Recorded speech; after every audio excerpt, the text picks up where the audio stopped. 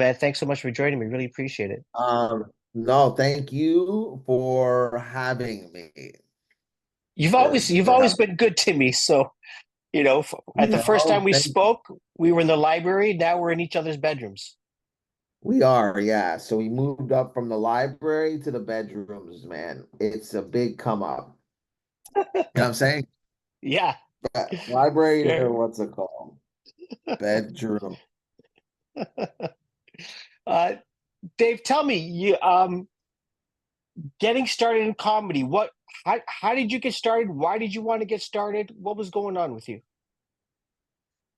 I mean, why I wanted to get started. I mean, I enjoy it, first of all. Really Yeah. enjoy the performance aspect, when you're not getting heckled or anything like Yeah. that. Creative aspect of it, and just really like, yeah, what you get out of it kind of thing, not only the crowd but myself, like selfishly, of like, so at some points it could feel therapeutic, at some points it could feel, just this wonderful, yeah, it's just a good ride. It's hard to describe the feeling of getting like laughs off of a set, but I think it Yeah. was like, I just wanted to be an entertainer, honestly, since I was like a kid. So I didn't know stand-ups. I had seen stand-up obviously as a child on TV, but I kind of went through that lane, but it was always I wanted to be an entertainer. I really Yeah. enjoyed that. So it was like my uncle kind of put me on or showed us, like Dice Clay, Eddie Murphy's Delirious, Richard Pryor, Carlin. He had like, showed us on TV Yeah.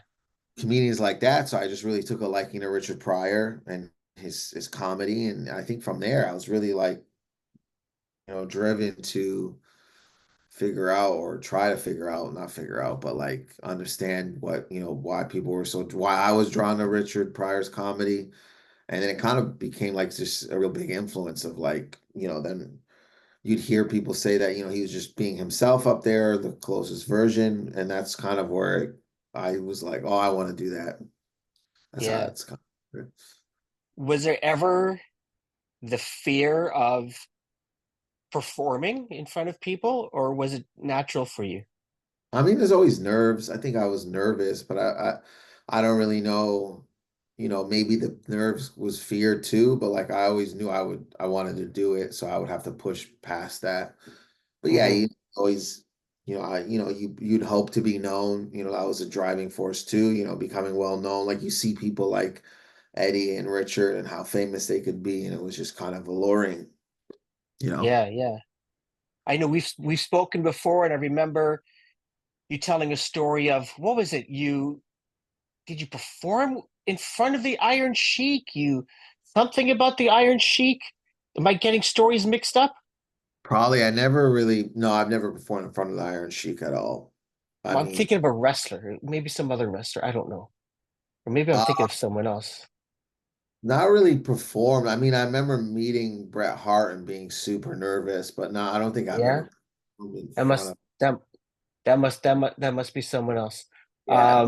But tell me, Dave, like what's you like your first time on stage, any stage, performing proper, not making jokes in the class and people are looking around at you, but you say, okay, I'm going to go and I'm going to tell a joke, or I'm going to go and I'm going to do a 5 minute set. Like what's going on in Dave's life before you step on that stage? Do you remember? No, I don't really fully remember obviously details, but I remember, I think it was a contest at Yuck Yucks, the comedy chain in Windsor, Ontario, where I grew up. They would have this annual finding the best comedian of new best comedian. And I remember signing up and just not really, I didn't really understand stand up. Obviously, I was really young, and I thought you had to be 19. Like I didn't know you can get like a legal guardian to take you to a bar to perform or a comedy club. And Hmm. I just kind of didn't know. I think I got this book called Comedy Bible that like it kind of like Okay. teaches the form of stand up and the format. And I was just exploring that, but I didn't really like know how to tell jokes. I just remember writing conversations that I had with people, like like on paper to sorry, pen to paper. And Yeah. then I bring like, my best friend in high school, Hugo, I would bring it. Yeah, I like in a gar. I remember like in a plastic bag, and then I was like, "Oh, you should read this. Tell me what you think," kind of thing. Can't Yeah. remember honestly fully what he said, but then I kind of just pieced together. I think it was 7 minutes Yeah. competition for yeah, and it was fast. It happened really fast. I was nervous. 89X was one of the sponsors or the hosts, and we're giving out stickers. And I think I had a Michigan Wolverines jersey on, football jersey, and I had taped all the 89X stickers to my jersey. And I think I crammed 7 minutes into 3 minutes. And it was Yeah. kind of like basically like a loose, like I was a dog in a backyard, just like kind of like, running around frantically. So I remember it being fast. I just didn't understand the form. I didn't understand how to do stand up really. I was just learning.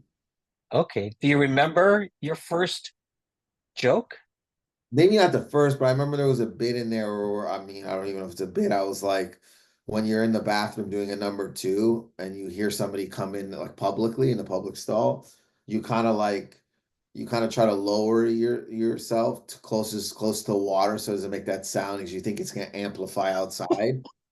So I remember that being a joke. Somewhat trying to put together a joke, but that's all I can really. I mean, that's dating back like I'm 44. And I think that was when I was 20. I want to say 20 years old. Wow. Yeah, it was like super young. Almost 25 years. Yeah, yeah. That's It's nuts, funny. And man. also, I was looking for a check. I just found it. I was just been annoying me. Sorry. I don't know why that came to my head. Okay. I thought maybe this was like the first check you ever received. No, no, I was just sitting at my desk and I was like, I was just before we got on the call, I'm like, I wonder what happened that like it was like, like a tax rebate. I was like, Yeah. because I remember going back to Canada for the holidays and I went to cash it and I was like, I didn't have it. I just had other papers and I thought I lost it. And they were like, maybe it's home. But I was like, maybe you left it at home. And I'm like, did I leave it in LA? And then I was like, Nice. when I sat down, they gave me that reminded me. That's like I was as we're talking, I remember years ago, um just going to like North by Northeast and picking up like free Yeah. CDs here and there. And there's this one with just like metal stuff, and there's this one with comedians. I'm like, "Yeah, I'll take it." And literally years go by, a decade maybe, and I come across a CD. I never listened to this, and I look at it, I go, "Oh, Dave Merheje is on this." Oh, it's the comedy records. Yeah, I yeah. haven't. Yeah, it's a comedy records is a label. They still exist, and that was the first compilation album I think they had. They used to sell. They pressed records. I couldn't get them, and there's a really funny comedian named Monty Scott who lives in Toronto. I just saw him at the holidays. I asked him if he had the records, and he goes, "No, but I have a bunch of CDs of that compilation." Oh, no Um, way. and I picked one up. It's in my living room right now. I have the same one. Yeah. I literally need to go and like find it and keep it. And so next time I see you, I want you to sign it. But I should look at it again. There's probably like people on there like, holy shit, I know all these people. There is. There's like I grab it. One second. Yeah, yeah, yeah, yeah. This is like perfect for the podcast form where Dave just leaves the camera, leaves the mic, and goes off into his living room to grab a CD. And the reason I'm talking over this is I really don't like editing. So here we go. Yeah, it's like And it's oh got all your there we go. faces on it. Oh, and there Yeah, he goes again. um yeah, I really wanted to grab it because it's like history. I mean, just for us. That's the one. Yes. That's Yeah, the so one I got. John Hastings, Themios, Brian O'Gorman, K. Trevor Wilson, Oh Tim Gold, wow. Barry Taylor, Matt O'Brien, myself, Mark DeBonis, Nick Reynolds,son and Monty Scott. It's really like I remember doing it as well. Yeah, it was very. It's like a movement that started in 2010. In 2000, Wow. Barry Taylor is the owns the label. That Barry put this together, and like it's still flourishing. He produces a lot of CDs for a lot of comedians, Nice. not in Canada but in America. But I wanted to capture this because I remember like we were all running around Toronto performing, like we're all close. I mean, some you're closer with some people now more than others, but I Yeah. remember we were running around the city and to record this, and I wanted the record because I've got a record player, but this is great. This is like Yeah. opened it. Um, yeah, I'm curious. I don't know if I should open it, but yeah, it's still in its plastic wrap. I'm sure it's great. I'm sure Yeah, it's it's really great. Do you remember, Dave, your whether it was that joke or uh an early performance, like the reaction of the crowd? Um how was your first reaction that you recall? I don't vividly remember the first one to be honest with you. I don't really remember Yeah. um like what it was. I mean, what I could kind of like put together what it was like is like how I feel now. It's kind of like yeah, it's a rush. It's a rush that you get. It's like almost like I've done drugs in the past, and I'm not saying it's the same as that, but it's just like an endorphin, Yeah. you know, getting like this kick, this thing you throw out there, it like and it's just like this energy, and then you kind of carry it after the show too, because I mean, for me at least, I'll be like really hyped. If I have a good set, I'm wide awake, like I had 10 coffees or something like that. Is there has you talked about writing about things that are just going on, like conversations and stuff. Has your style changed? 100%. I Yeah. mean, style took over like 8 years to find my style or my voice, I guess. It was a long time. It wasn't short because at first I was trying to learn how to tell jokes. So I would do setup punchline because that's all I was just trying to learn. And Yeah. then I remember I read in that comedy Bible that you just learn to break the rules in a sense. And I just wanted to find my own voice. So it took a while. It was not like an easy not like there was like heavy struggle in a sense, but it wasn't like a journey that it was like, okay, I figured this out. There was multiple trial and error. So I Yeah. wouldn't say it was a road that was like very smooth to figure out, how I want to present myself on stage. And it's continuous. I want to always evolve. I don't really want to stay stuck at all. That's like to me isn't for myself that isn't good. I don't want to stall. So whether it's Fair. content or my style or emotionally how I'm gonna feel it, I'm gonna try to tap into whatever I'm feeling in those moments or that year or that day. That's awesome. Now I know you're still evolving and chasing, and I, I I don't know whether you would say whether you've made it or not. I don't know what that means. It's probably means different things for different people. But are you I don't know, do you feel like you've made it? Are you happy that you've lasted this long and you continue to pursue the craft? Are you still chasing something? Yeah, I don't really know what it made it is, and like I know what made it is. I mean, obviously you have like a big mansion and you're like a movie star, a comedic star. You can kind of like that you can visualize. I mean, the rest of the world could see it and be like, oh, that person made it. But I think You're making a that living from it. yes, that I mean, obviously I'm very thankful I'm still doing it. Yeah. I'm able to like, still tell jokes and still kind of work in television or film, as long as I've been doing it, but also to make a living off of it is like a real blessing because it's hard, man. It's really, really hard. And so I'm always grateful for. I'm trying to be, I mean, not like I want to say I'm trying to be as graceful as I can and not Yeah. get not to get caught up in like what I don't have. I'm just like Fair enough. that's a continuous battle, like continuous working on is Yeah. that to be appreciative of what I have achieved and not, uh, to like be sad or frustrated of the things I don't have. So that ties into making it basically because you kind of like chasing these continuous things, and for me, and I don't take the time to look back of what I have done because then you kind of Hmm. equate, well, I'm still chasing it, so I haven't made it. So I'm just Yeah. trying to be better at like, oh, okay, I've done some things which I feel I have, you know what I mean, to be able to perform a Just for Laughs multiple times, to able to win a Juno for a comedy album that we put together, Yeah. um, to work in television in America and be in a film. Yeah, those are things I always wanted to do. Yeah. I always, growing up watching Just for Laughs on TV to like being able to do multiple galas, you're like, oh shit, I used to watch people do that.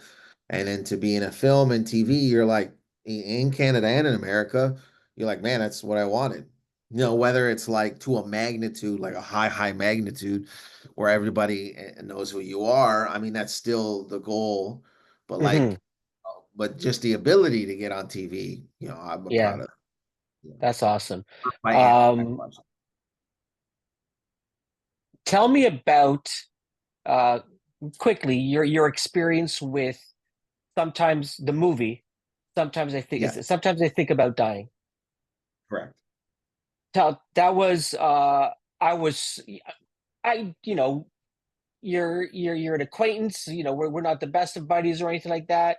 But I was so proud of you I sitting and appreciate. watching that movie. It was like it's just amazing. Tell me about that experience. Thank you. Yeah, I mean, just being able, I'm learning. I don't really know much about the film, distribution or film industry like that. Like, Yeah. I know it takes a lot to create and make a film, 100%. It takes a lot of Yeah. arts and a lot of people to be really dedicated. But like, just talking to the producers and talking to people part of the project, it's kind of like it was an awesome feat to get it into the cinema, to get it into movie theaters, like especially Yeah. being how small of an indie it is. Um, it was it was a multitude of different emotions. It was like nerve-wracking, it was fear, it was excitement, it was like, imposter syndrome. It was a lot. Yeah. I think Yeah. I think it was you know, it was a wonderful, great experience too. I've never been in a film. The cast, the crew, the producers, everyone, really I felt like had a common ground to like, create something dope. You know what I'm saying? Where it was Hmm. more about telling the story as opposed to like, you're gonna make a ton of money or something like that. It was really like how do you tell this story, take it from the script to the screen. And it was just like the people I met, I'm telling you, from every aspect, the actors and everyone behind the scenes, it was just truly like it was just great energy to be out there in Astoria, Oregon, and film and get this done. And I think like, I didn't really feel, I think till like, maybe 3 weeks in, where I was like, or maybe the last scene I filmed, I go, oh, I feel comfortable now. But then And we it's over. yeah, it was like, but I had a lot of help from everybody. You know what I mean? I worked really close with the director, Rachel, and she really took care of me and made sure that I was like, able. I had what I need. Her and Alex, the producer, and everybody, and Daisy and all the other actors. I think we were able to lean on each other, and yeah, it was just such a and acting with everyone, and they're just so good at what they do. I felt like I was able to sharpen my skills that Nice. that I want to continue to sharpen. What's next for Dave? Any gigs Um, coming up? You got stuff in the pipe for yeah, we're we can see trying you to on develop. screen? Yeah, I mean, hopefully more of that. I have some dates performing in, I'll be in Seattle March 28th, 29th at the Capitol Hill Comedy Club.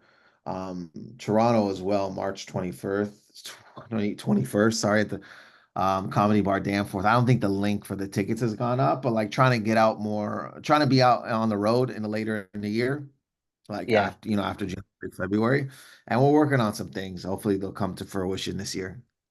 So that's awesome. Dave, yeah. thanks so much. If people want to follow Dave, Thank you. davemerheje.com, Instagram, you're everywhere. Or yeah, Dave Merheje. If you follow on Instagram, I'll post a lot of where I'll be performing at. So Dave Merheje is the Instagram handle. That is awesome. Everyone, thanks for tuning in to My First Joke. Big thanks to Dave Merheje for taking us back to Windsor. If you're inspired to share your first joke or want to hear more stories like this, follow the show, spread the word, keep laughing. But remember, until next time. Be kind to yourself. All right. Dave, thanks so much, buddy. You're welcome.